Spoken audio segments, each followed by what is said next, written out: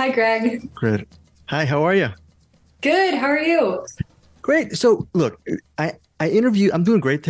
I asked Tyler about just casting you because I was telling him that if it wasn't, this movie really hinges on your performance. You are the anchor of the narrative.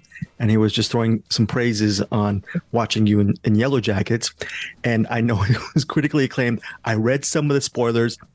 In layman's terms, what am I missing from Yellowjackets?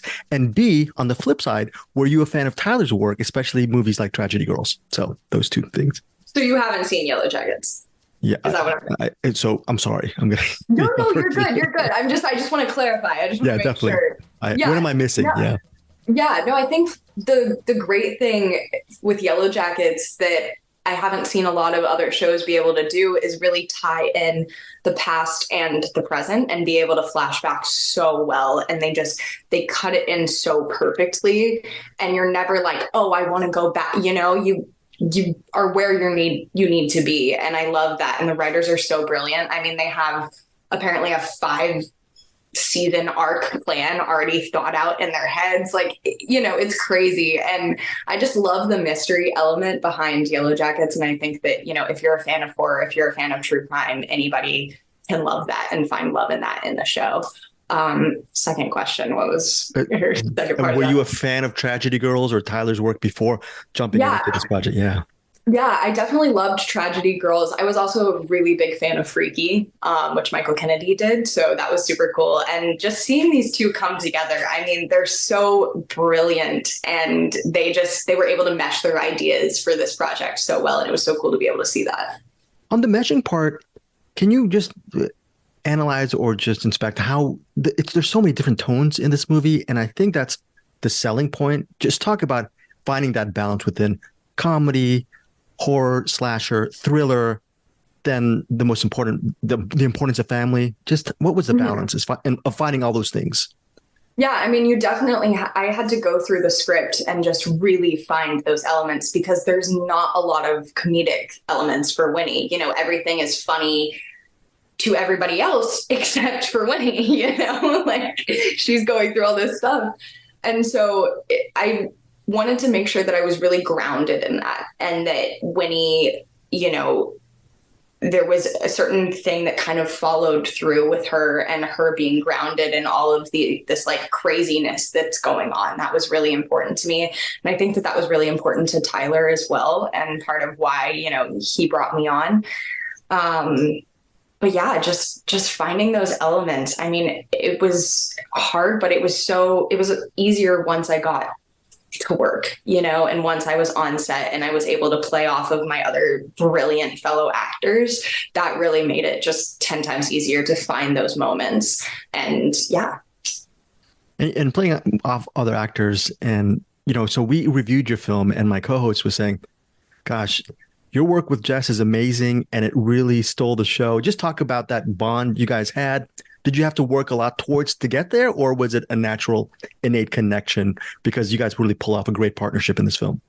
Yeah, no, actually it was a big surprise. The first time we met, we went to a kind of director's workshop, so a workshop through a few scenes, and that was 3 days before we started filming, and we immediately had this chemistry in the scene. It's funny because as we got to know each other, Jess and Jane as humans do not have chemistry, like would never work. But when Winnie and Bernie come together on the screen, there's a beautiful chemistry that is just kind of one of those movie magic things that it's just weird. So it was really cool to be able to do that. We actually did not plan for them to have a romance or like it wasn't in the script. And Jess and I just kind of saw this chemistry and we brought it up to Michael and Tyler and they were all for it. And it just really helped. And, you know, that's it's one of my favorite parts about the film, and it's just crazy to me that it wasn't there in the first draft. Yeah, look, this is an entertaining film, but I think this movie has a lot to say about don't be kind to people, and most importantly, don't ignore someone who's right in front of you. Did you like that Mhm. little element as well that's thrown into this? Oh yeah, I mean the thing that signed me on to this project was the heart behind the film and just how you never know what's going on in somebody's head and unless you walk a mile in their shoes. And it's just it was so beautiful to be a part of a story like that.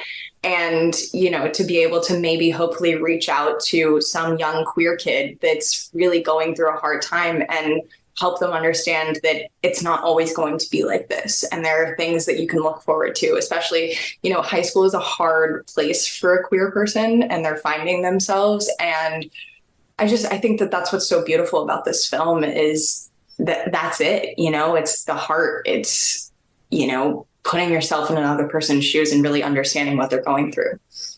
On the term of finding yourself, what has the last several years been like for you with this film as the lead, Yellowjackets? What have you been able to process, just building upon building really good stuff on your resume? Have you been able to sit back and actually analyze what's going on? What is this time like for you personally right now?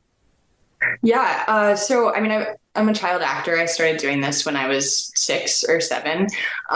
But when I started working on Yellowjackets, I had a castmate come up to me and we were hanging out and they asked me, they were like, do you want to be an actor? And it was the first time that anybody had ever asked me that. And so I kind of spent the entire time while working on Yellowjackets deciding like, do I want to do this? Do I love this? And I do. I absolutely love it. I mean, every day when I leave home from work, I'm, like have an adrenaline rush and I'm like, this was amazing. I love my job, which I know I wouldn't get with anything else like that. So it's been really cool to be able to, find myself as an actor and what I want to do through these projects. And not a lot of people have that opportunity. And I'm really, really grateful that I was able to have that. I am also working on getting my bachelor's degree just because that's a goal for me. So, in what are you studying or what are you aiming for? English. I hope to one day write a script. We'll see. But yeah, so I love English. And that's what I want to major in. But yeah, I'm still acting, still auditioning. I know we just had a strike, so things have been a little slow for a minute, but I'm really hoping that, this pilot season will kick up. Well, look, I don't have talent as an actor, but what is the unlock as far as calming your nerves when the camera's rolling? Is it just, you said you're a vet actor, so is it just being a vet, or is it always, do you always have to climb that mountain as far as nerves go, or is it not even part of the picture anymore for you? I think there's not nerves about being in front of the camera. There's nerves about how is this gonna play? Have I done the right research? Have I, do I know where I'm at in the scene? Am I making the right choices? You always have that. And especially with a role like this, who knows what somebody would do in that type of situation? We aren't, that's not a normal thing that we don't go into alternate realities in the normal world, So it was cool to be able to find those elements and try to understand what it would be like to have your family not recognize you. That, is crazy. So yeah, I think those were. Yeah. The nonchalance about the tragedy was just really, it's heartbreaking. Watching just a family ignore and trying to move past trauma. It's like, it's hard to take. So yeah, no, it is hard to take. And it's hard because, there are some, obviously this is like a crazy, out of the fantasy, craziness that happens, but there are a lot of people who go through traumatic experiences and their family just like completely ignores them. And I think this story really does a great job of, explaining how that can affect a person and how we have to like make sure we take care of our loved ones. Yeah. Final question. So for my Find Your Film podcast, I'm going to recommend this film, but then I also ask the actors and filmmakers to name one of their all-time favorite movies or just a movie that they love that they would love to recommend our listeners to check out and why. Maybe has a personal connection to you. It doesn't have to be your all-time favorite, but just something you want to spotlight. So yeah, I mean, I really love the movie X, and I feel like there's not a lot of people know about it. It's a trilogy horror thing. So I'm not sure if they've made Maxine yet, but there's one where it's kind of in the middle. Yeah. X, Pearl, and Maxine. Yeah. So I love that. I love the whole vibe of how, they're able to keep it in the same universe. I always love things like that. But yeah, I think that it's a really underrated horror film and a lot more people should watch it. Yeah. And I watched that was one of the films that I watched for this film. I've loved it since it came out, but it was one of the ones that Tyler was like, watch this film, so. Finally, come holiday season, are you going to be shamelessly playing this in front of your family, or are you going to be a little bit more discerning and let them go about their own way? What are you going to be doing?